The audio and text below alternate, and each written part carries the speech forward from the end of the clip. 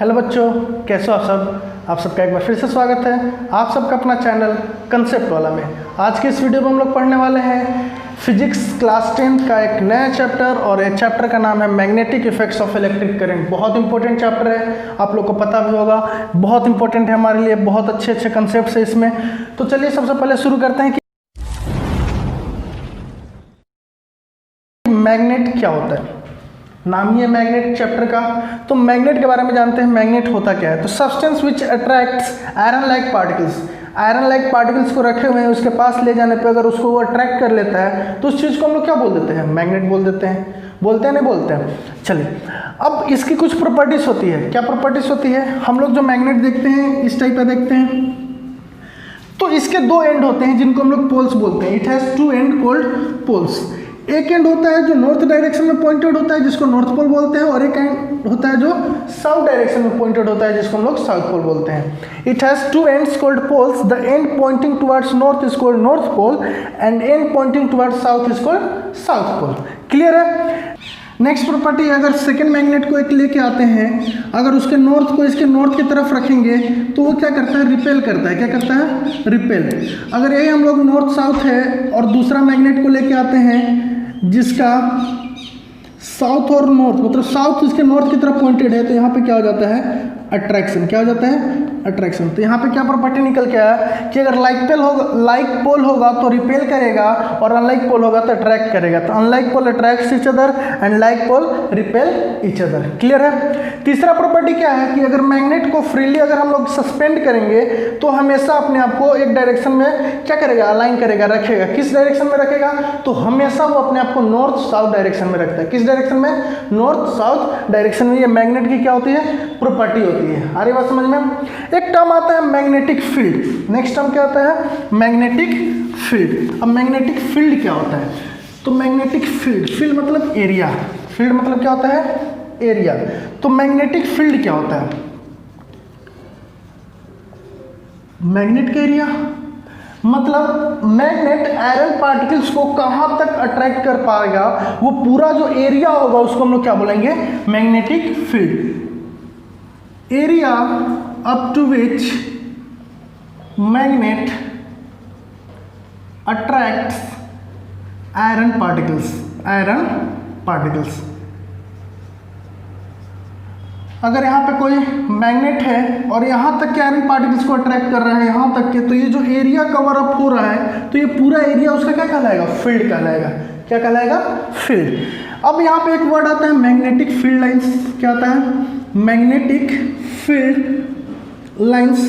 अब ये magnetic field lines क्या होता है कि मैग्नेटिक फील्ड में नॉर्थ पोल जिस डायरेक्शन में मूव करता है वो डायरेक्शन को शो करने वाला लाइन हमारा क्या कहलाता है? Magnetic field lines. ये सिंपली बोल सकते हैं lines showing the direction of magnetic field. Lines showing the direction of magnetic field, या मैग्नेटिक फील्ड में नॉर्थ पोल जिस डायरेक्शन में मूव कर रहा होता है उस डायरेक्शन में जो लाइन जा रहा होता है वो क्या कहलाता है? Magnetic field lines. क्लियर है? दोनों definition. Lines showing the direction of magnetic field. Magnetic field का जो डायरेक्शन दिखाता है उस लाइंस को हम लोग क्या बोलते हैं? Magnetic field lines. या मैग्नेटिक फील्ड में नॉर्थ पोल के मूवमेंट वाले जो डायरेक्शन को लाइन शो करता है उसको मैग्नेटिक फील्ड लाइंस बोलते हैं। बहुत इंपॉर्टेंट है मैग्नेटिक फील्ड लाइंस। अब मैग्नेटिक फील्ड लाइंस का कुछ क्या होता है? कैरेक्टरिस्टिक्स होता है। अब ये कैरेक्टरिस्टिक्स क्या क्या होते हैं इसके बारे में देखते हैं। ये प्रॉपर्टीज जिसको बोलेंगे हम लोग, तो properties of magnetic field lines. Properties of magnetic field lines. तो मैग्नेटिक फील्ड लाइंस का जो पहला प्रॉपर्टी होता है कि it always initiates from north and terminates towards south. Terminates towards south. इसका मतलब क्या हुआ कि अगर कोई हमारे पास मैग्नेट है, ये इसका नॉर्थ है और इसका साउथ है, तो ये हमेशा नॉर्थ से निकलेगा और साउथ में जाके क्या होगा? खत्म होगा। यानी ये नॉर्थ से मूव कर रहा है। अगर हम लोग यहाँ पे कोई हम लोग लेके आते हैं किसको? मैग्नेटिक कंपास को, तो मैग्नेटिक कंपास का जो नॉर्थ होगा वो इस तरफ होगा और साउथ होगा इस तरफ होगा। यहाँ पे रखोगे तो मैग्नेटिक कंपास का जो नॉर्थ होगा वो यहाँ पे होगा, साउथ होगा वो यहाँ पे होगा। यहाँ पे देखोगे यहाँ पे नॉर्थ होगा, यहाँ पे साउथ होगा। यानी कि मैग्नेट का जो नॉर्थ पोल है वो किस डायरेक्शन में मूव कर रहा है, इस डायरेक्शन में। और यही जो लाइन शो कर रहा है वो क्या कहलाएगा, मैग्नेटिक फील्ड लाइंस। तो मैग्नेटिक कंपास किस डायरेक्शन में मूव करेगा, जिस डायरेक्शन में मैग्नेटिक फील्ड लाइंस मूव कर रहे होंगे। और जिस डायरेक्शन में मैग्नेटिक फील्ड लाइंस मूव करते हैं वो किसका डायरेक्शन होता है, नॉर्थ पोल के मूवमेंट का। तो देखिए नॉर्थ पोल के मूवमेंट हो रहा है नहीं हो रहा है, हो रहा है। तो ये हमेशा कहाँ से इनिशिएट होता है, नॉर्थ से शुरुआत होता है और खत्म कहाँ पे होता है, साउथ पे। मतलब दूसरा होगा तो कुछ ऐसा होगा, फिर लेके जाइएगा तो कुछ ऐसा होगा, यहाँ से निकलेगा और यहाँ आके खत्म होगा। क्लियर है। पहला प्रॉपर्टी क्या है कि always initiates from north and terminates towards south. अगर मैग्नेट के अंदर की बात करें तो मैग्नेट के अंदर ये हमेशा किस तरफ होता है, साउथ से नॉर्थ। ये किस तरफ मूव कर रहा होता है, साउथ से नॉर्थ। उल्टा बाहर में नॉर्थ से साउथ है, अंदर में साउथ से नॉर्थ। सेकेंड प्रॉपर्टी की बात करें तो सेकेंड प्रॉपर्टी होता है it never intersect each other. It never intersects each other. एक दूसरे को इंटरसेक्ट नहीं करता है, मतलब आपस में इंटरसेक्ट नहीं करेंगे। जैसे ये क्यों नहीं करेंगे, क्वेश्चन आता है क्यों नहीं करेंगे, बहुत इंपॉर्टेंट क्वेश्चन नहीं है। क्यों नहीं करेंगे, क्योंकि अगर इस पॉइंट पर अगर ध्यान से देखा जाए कि एक फील्ड लाइंस इधर की तरफ मूव कर रहा है, एक फील्ड लाइंस इधर की तरफ, और हमें पता है कि फील्ड लाइंस किधर की तरफ मूव करता है, जिधर नॉर्थ होता है। तो मतलब एक बार नॉर्थ ये दिखा रहा है इधर की तरफ नॉर्थ, ये दिखा रहा है इधर की तरफ नॉर्थ। नॉर्थ तो एक ही है और एक ही पॉइंट पे कितना नॉर्थ दिख गया, दो। ऐसा पॉसिबल हो ही नहीं सकता। इस वजह से मैग्नेटिक फील्ड लाइंस कभी इंटरसेक्ट नहीं कर सकते, because it shows two north. कितने नॉर्थ को शो कर रहा है, two north at a point. एक ही पॉइंट पे कितने नॉर्थ दिखा दिया, ये दो। ऐसा पॉसिबल नहीं है, इसलिए आपस में इंटरसेक्ट नहीं करेंगे।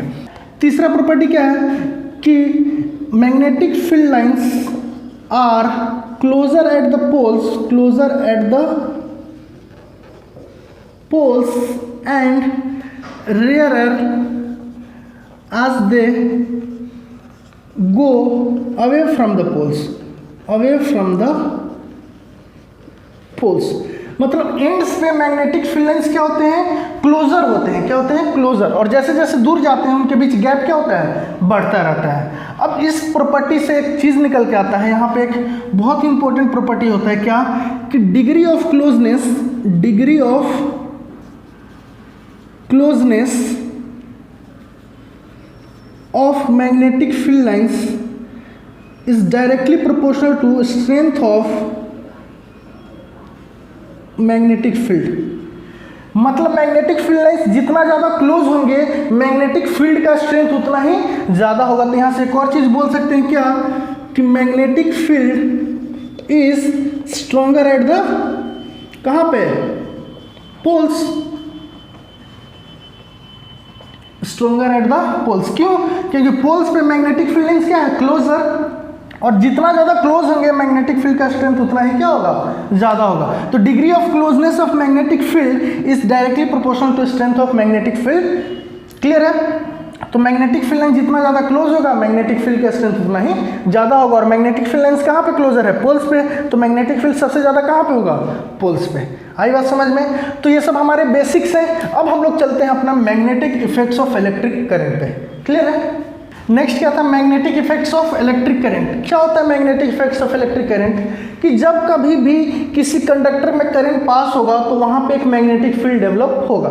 Magnetic effects of electric current क्या बोलता है, कि when our current is pass in a conductor magnetic field is produced. अब ये मैग्नेटिक फील्ड कैसा होगा, which is perpendicular to the flow of direction of current. Direction of current इधर की तरफ फ्लो कर रहा है तो इसका डायरेक्शन परपेंडिकुलर होगा।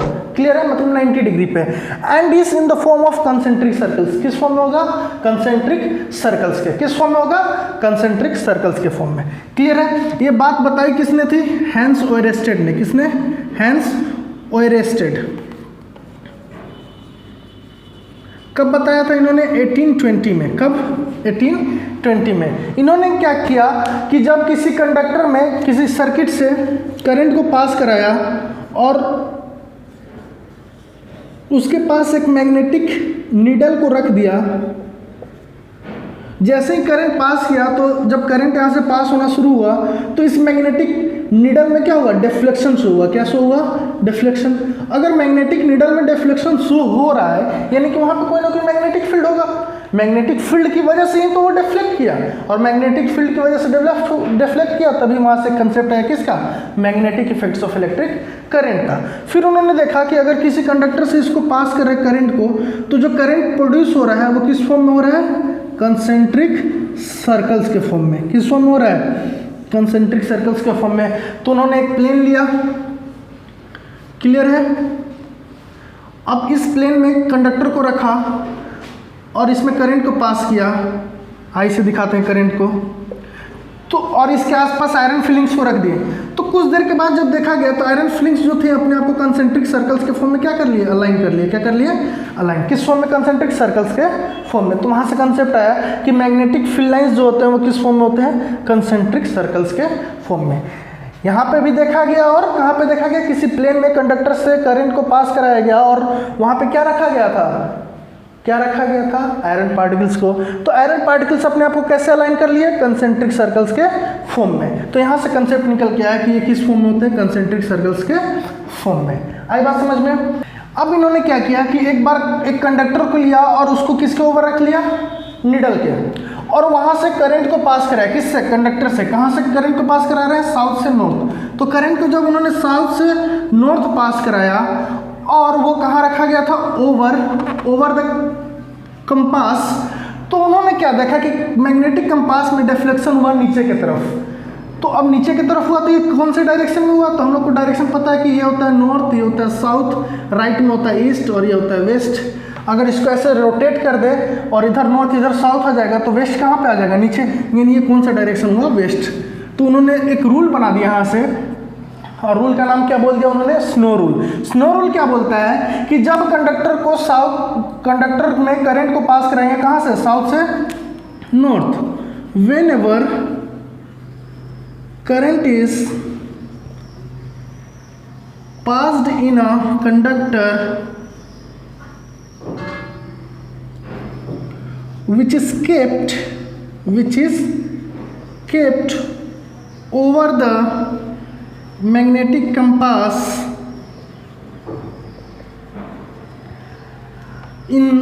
from south to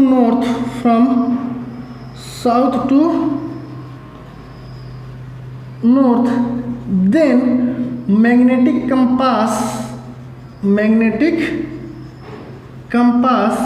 deflects towards